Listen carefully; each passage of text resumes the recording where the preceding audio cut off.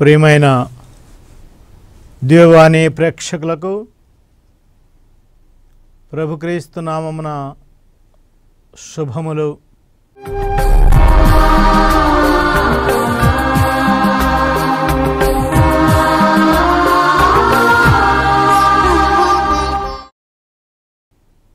కథోలిక స్త్రీ సభ సత్యోపదేశానికి స్వాగతం, సుస్వాగతం.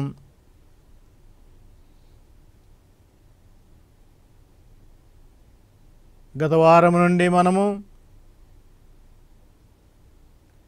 పరలోకమును భూలోకమును సృష్టించిన సర్వశక్తి గల పితైన సర్వేశ్వరుని విశ్వసించుచున్నాను అను సత్యాన్ని శ్రీసభ ఏ విధంగా అర్థం చేసుకుందో, ఏమి బోధిస్తుందో మనం చూస్తున్నాం.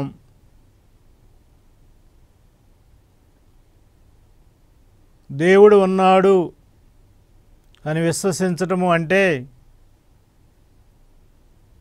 ఆయన ఉన్నాడనే కాక ఒకే ఒక్క దేవుడు అనేది కూడా విశ్వసించాలని శ్రీసభ బోధిస్తుందని పోయిన వారం మనం చూసాం. ఆయన ఉన్నవాడు అనగా ఎక్కడో ఉన్నవాడు కాదు, ఎల్లప్పుడూ మనతోనే ఉన్నవాడు అని గత వారం మనం నేర్చుకున్నాం. ఈ దినము ఆ దేవుడు సత్యవంతుడు, యథార్థవంతుడు,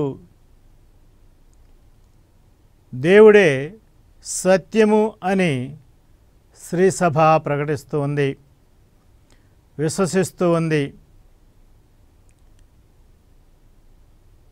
కనుక దేవుని విశ్వసించటము అంటే ఆయన సత్యము అని, ఆయనలో ఏమాత్రము మోసము కానీ అసత్యము కానీ లేదు అని విశ్వసించటం.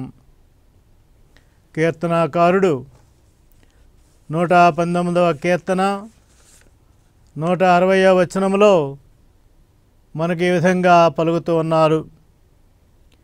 నీ వాక్యమునందలి ముఖ్య గుణము సత్యము, నీ న్యాయ విధులన్నీ కలకాలము నిలుచును.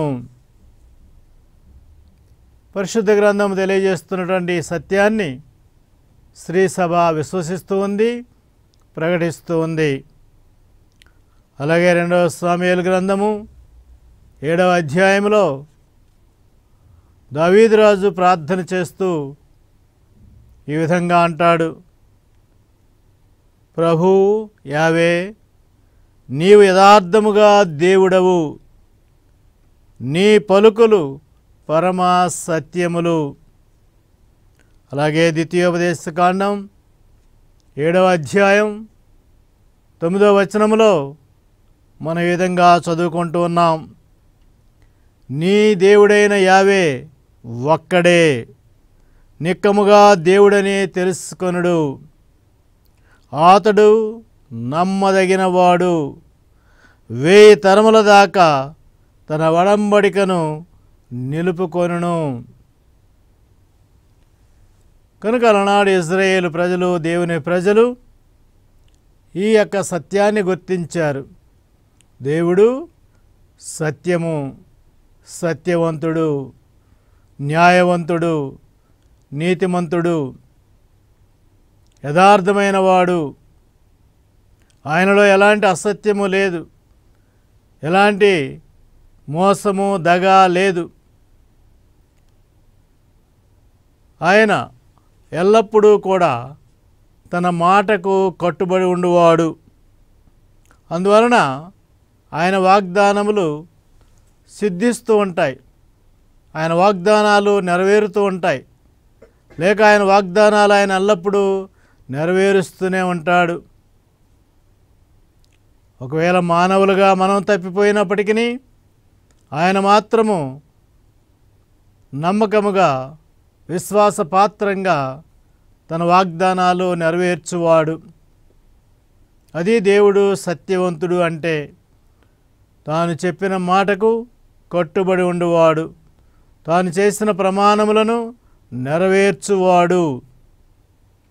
అందువలన దేవుని విశ్వసిస్తున్నాము అని చెప్పేవారు, విశ్వసించేవారు ఆయన సత్యము, దేవుడు సత్యము అనేటటువంటి విషయాన్ని కూడా విశ్వసించాలని శ్రీసభ చాలా దృఢంగా ప్రకటిస్తుంది.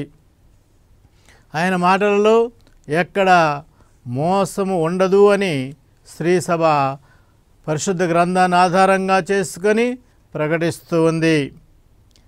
కనుక ఆయన మాటలలోని సత్యాన్ని, యథార్థాన్ని గ్రహించినటువంటి నరుడు తప్పక తనను తాను ఆయనకు సంపూర్ణముగా సమర్పించుకుంటాడు. ఆయన సత్యంలోని ఆ యొక్క విలువ కనుక, ఆయన సత్యవంతుడు గనుక, నమ్మదగినవాడు గనుక, ఈ సత్యాన్ని గ్రహించిన మానవుడు తనను తాను సంపూర్ణంగా అన్ని వేళల అన్ని సమయాల్లో తనను తాను ఆ దేవునికి సమర్పించుకుంటాడు. అయితే దురదృష్టవశాత్తు ఒక్కోసారి కొన్ని పరిస్థితుల వలన కావచ్చు,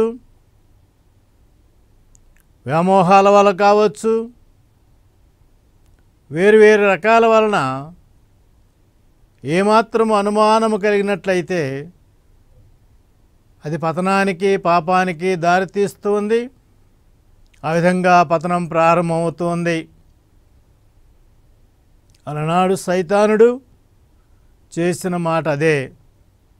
అదిగో ఆ దేవుని మాటలు యథార్థం కాదు, సత్యం కాదు, మీరు చావనే చావరు, ఆయన మీ నుండి మరుగుపరిచాడు, మిమ్మల్ని మోసం చేశాడు, ఇంత రుచికరమైనటువంటి, ఇంత మనోహరమైనటువంటి ఈ యొక్క పండును తినకూడదని మీకు ఆజ్ఞాపించాడు, అది కేవలము అసత్యము, మీ నుండి మరుగుపరిచాడని సైతాను శోధించి మానవుని పతనానికి, పాపానికి కారణమైంది. కనుక పౌలు గారు మనకు తెలియజేసినట్లుగా మనకు కొన్ని అనుమానాలు రావచ్చు, కొన్ని సందేహాలు కలగవచ్చు. అవెప్పుడూ కూడా మానవులుగా మనకు సంభవిస్తూనే ఉంటాయి. కానీ ఎల్లప్పుడూ కూడా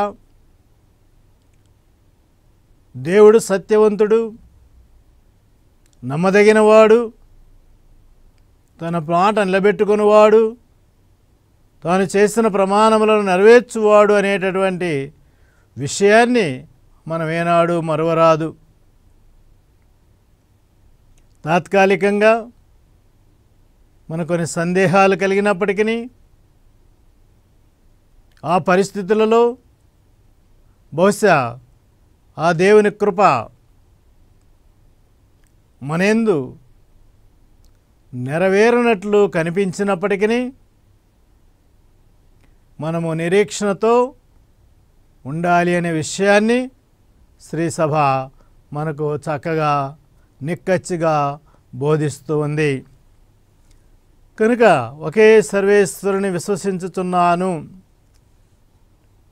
ఏకైక సర్వేశ్వరుని విశ్వసించుచున్నాను అని చెప్పటంలోని అంతరార్థము ఆయన సత్యవంతుడు గనుక ఎల్లప్పుడూ ఎట్టి పరిస్థితుల్లో కూడా మనం ఆయనను అంటిపెట్టుకొని ఉండుటయే నిజమైన విశ్వాసమని శ్రీసభ ప్రకటిస్తూ ఉంది.